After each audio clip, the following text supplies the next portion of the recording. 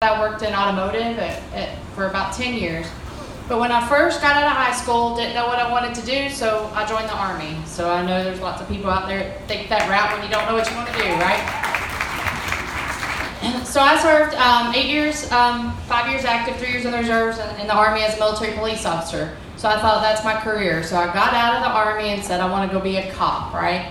The reason I wanted to be a cop is I wanted to make a difference. I wanted to feel like I was making a difference in the world, adding value, helping people's lives. That's what drives me every day. So while I was trying to go to school at night, I went through BLET at Blue Ridge. I know there's some Blue Ridge folks there. And so while I was doing that, I started working in manufacturing. So I started working as a temp. I went and worked on the floor, and I worked third shift.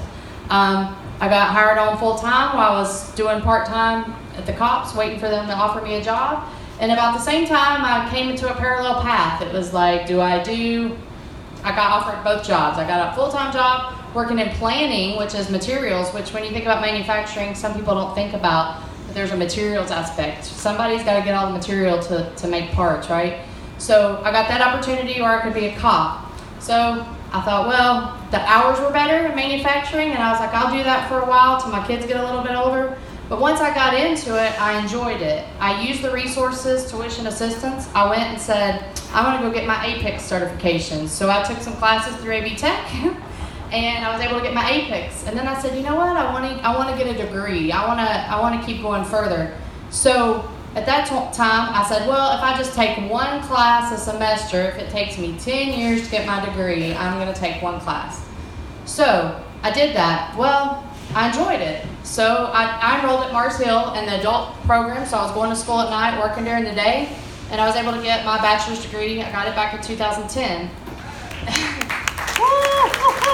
In the meantime, I worked myself up in manufacturing, starting as an associate on the floor, then I got into materials, then I came to Thermo working in planning, and then I moved on into PPI, which is continuous improvement, and then I became the manufacturing manager for a fabrication shop, which was nerve-wracking, like Lindsay. I'm like, I don't know anything about these machines.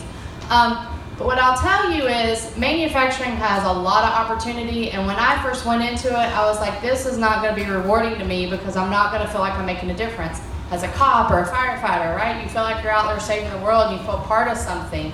But that isn't true. I feel that here, when you get in here and you start working with the teams and you think about like us, what we're doing, our mission is to provide equipment so researchers and scientists can find cures for things. That's affecting people's lives. I feel like I'm helping save the world the same way I did as a police officer, right? And I feel like I'm helping people. I love to coach. So as you get into leadership, right, you've got people. I've had a lot of great mentors and coaches throughout my career.